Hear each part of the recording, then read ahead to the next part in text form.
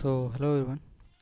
ऐसे सीजन की second shift हो चुकी है, उसी का एनालिसिस करेंगे हम। ये आए हुए क्वेश्चन नहीं है, मैं पहले बता देता हूँ आपको। फिर इतना कह सकता हूँ कि अगली शिफ्ट में जो एग्ज़ाम होने वाले हैं, अभी जितनी शिफ्ट बची हों उनमें ज़रूर आएंगे, इतना आप मुझे 100% कह सकता हूँ। ठीक है, तो आपको देखना है और चैनल को सब्सक्राइब करना है। ठीक है, आगे बढ़ते हैं, हम पहले क्वेश्चन से स्टार्ट करते हैं, जिसमें से पहला क्वेश्चन है हमारा, कौन सा अनुच्छेद उपराष्ट्रपति के चुनाव से संबंधित है।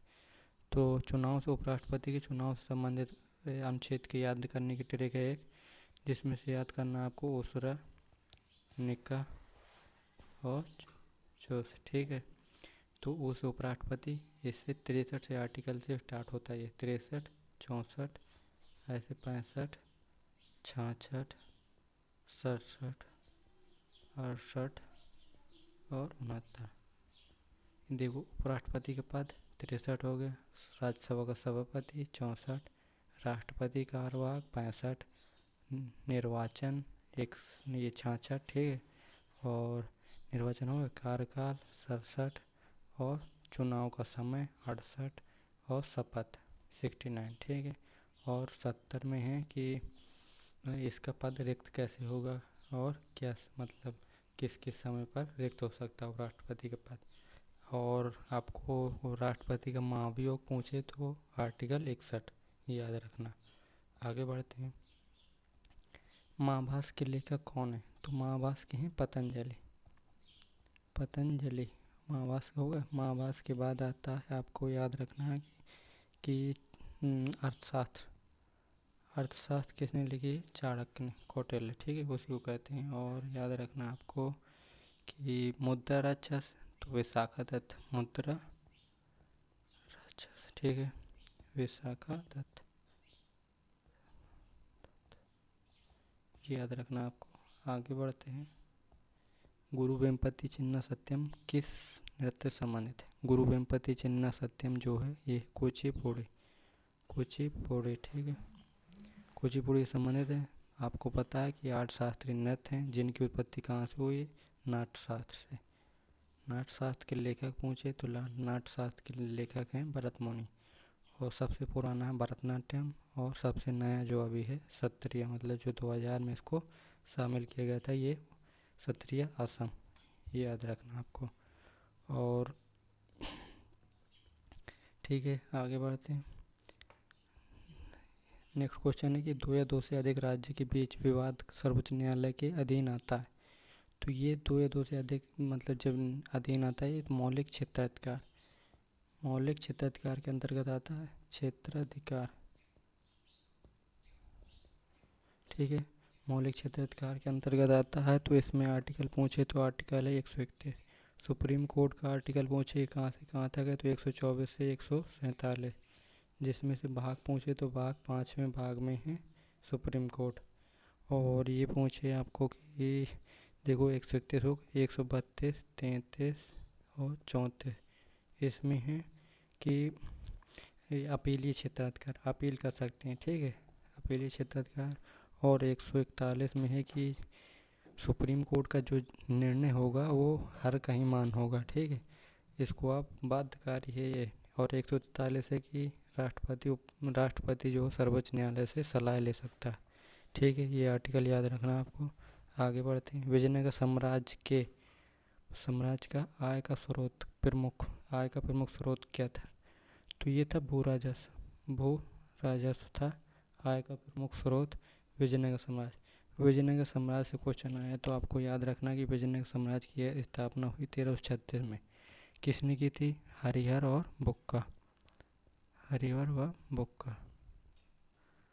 और ये किस नदी के किनारे बसा हुआ है, तो ये मतलब हम्पी राजधानी थी इसकी, और तुंगभद्रा नदी के किनारे, तुंगभद्रा, तुंगभद्रा। ठीक है, और इसमें जो है वंश कौन कौन से चल रहे थे, मतलब आए थे, तो इस याद रखना कि संगम, सुलु,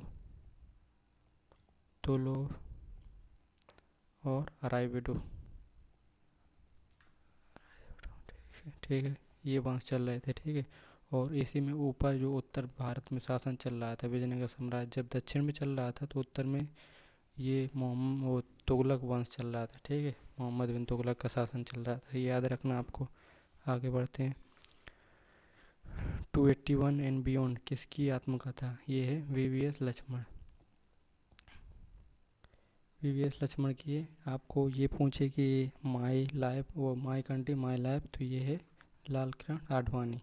और गोल, गोल भी याद रखना आपको, तो मेजर ध्यानचंद, मेजर ध्यानचंद्र।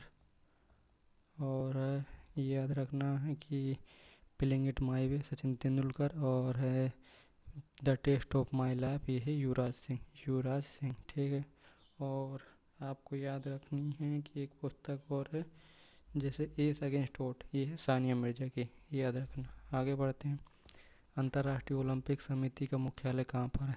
तो अंतर्राष्ट्रीय ओलंपिक समिति का मुख्यालय है लोसाने, लोसाने स्विट्जरलैंड, स्विट्जरलैंड, ठीक है, लोसाने स्विट्जरलैंड में है। और इसका जो है स्थापना पूछे कब हुई थी, तो 1894 में। और पहले कौन थे ये आपको बताना कमेंट में। अभी जो हैं थॉमस बाक। और ठीक है, लोसाने 1896 से पहले ओलंपिक स्टार्ट हुए ग्रीस के एथेंस में, याद रखना है। 1900 में जो है नॉर्मन पिज़ार्ड जो भारत की तरफ से भाग लिया था इसने, ये याद रखना। आगे बढ़ते हैं। भारतीय राष्ट्रीय कांग्रेस का 1925 का कानपुर अधिवेशन की अध्यक्षता किसने की थी? तो की थी, ठीक है। तो 1925 का जो कानपुर का अधिवेशन हुआ था उसको किया था सरोजनी नायडू, सरोजनी नायडू। और आपको पूछेगा 1917 वाला, 1917 में एनी बेसेंट, एनी बेसेंट पहला, दूसरा, तीसरा, चौथा, ये आपको रट लेने हैं। पहले में क्या था? पहले में किसने? विमल चंद बनर्जी। दूसरे में दादा भाई नौरोजी। तीसरे में बदरुद्दीन तैयब जी। चौथे में जॉर्ज यूले ने अध्यक्षता की थी, ठीक है। और ट्रिक याद रखनी है आपको कि कहाँ कहाँ हुआ है पहला, दूसरा, तीसरा। तो बम्बई, ठीक है, ठीक है। बा से बम्बई, का से कलकत्ता, माँ से मद्रास, ई से इलाहाबाद, ठीक है। बा से बम्बई, कलकत्ता, मद्रास, इलाहाबाद, ये हैं पहले, दूसरे, तीसरे, चौथे के स्थान कहाँ पर हुए। आगे बढ़ते हैं। राजा राम मोहन राय को राजा की उपाधि किसने दी थी? तो राजा की उपाधि दी थी अकबर द्वितीय ने, अकबर द्वितीय ने, ठीक है। राजा राम मोहन राय से 1828 में इसने क्या बनाया था? ब्रह्म समाज की स्थापना। 1814 में आत्मीय सभा। और 1829 में ही इसने ये सती प्रथा का अंत कर दिया था। ये चीज़ें याद रखनी है। और इसकी पुस्तक संवत कौमुदी पत्रिका पुस्तिका थी, मतलब पत्रिका थी। और ये याद रखना कि मिरातुल अखबार भी उस समय चल रहा था जब राजा राम मोहन राय थे, ठीक है। पश्चिमी घाट में घास के मैदान को क्या कहा जाता है? तो पश्चिमी घाट में घास के मैदान को कहा जाता है सोला। और अर्जेंटीना में पूछे तो अर्जेंटीना में पंपास। और काम्पोज कहते हैं ब्राज़ील में, ये याद रखना है। और इसके बाद दक्षिण अफ्रीका में कहते हैं वेल्ड। और वो ऑस्ट्रेलिया में डाउन्स। और ठीक है, आगे कौन सी नदी मगध से होकर बहती थी? तो मगध से जो बहती थी गंगा व सोन। मगध में जो वंश चल रहे थे आपको याद रखनी है कि मगध में हर्यक वंश, शिशुनाग वंश, नंद वंश, फिर वो मौर्य वंश, फिर वो यहाँ शिशुनाग वंश, फिर शुंग वंश, यहाँ फिर कर्ण वंश, और फिर यहाँ जो लास्ट में आया था वो सातवाहन वंश। सातवाहन वंश के संस्थापक कौन थे ये आपको बताना। चीकल मालो त्यौहार किस राज्य का त्यौहार है? तो चीकल मालो जो है ये गोवा का है, गोवा का, ठीक है। गोवा की और याद करते हैं हम। गोवा के जैसे सिगमो, मांडो और चिकल मालो हो गया। अब Saint Francis Xavier, Saint Francis Xavier. और याद रखनी है आपको सेंट फ्रांसिस जेवियर के बाद ये, ठीक है, Saint Francis Xavier, Dhalo, Dhalo, ठीक है, धालो, ये भी है गोवा का, ये याद रखने आपको। आगे बढ़ते हैं। आरबीआई का राष्ट्रीयकरण, लास्ट क्वेश्चन है अपना। आरबीआई का राष्ट्रीयकरण कब हुआ था? तो आरबीआई का राष्ट्रीयकरण हुआ 1 जनवरी 1949 को। इसकी स्थापना पूछे तो 1 अप्रैल 1935 को स्थापना हुई, 1 अप्रैल 1935। और इसकी समिति जो थी, मतलब यंग हिल्टन कमीशन, जो 1926 में बना था, तभी इसकी वो स्थापना, मतलब इसी ने सजेस्ट किया था कि आरबीआई की स्थापना होनी चाहिए। आरबीआई के पहले गवर्नर थे सर ओसबोर्न स्मिथ, और पहले भारतीय पूछे तो सीडी देशमुख। और अभी कौन है ये आपको कमेंट में बताना है, ठीक है। ये था क्वेश्चन हमारा, ख़त्म होते हैं। और थैंक्स फॉर वाचिंग। यदि वीडियो पसंद आए तो चैनल को सब्सक्राइब कर लें और वीडियो को लाइक कर दें। Thank you.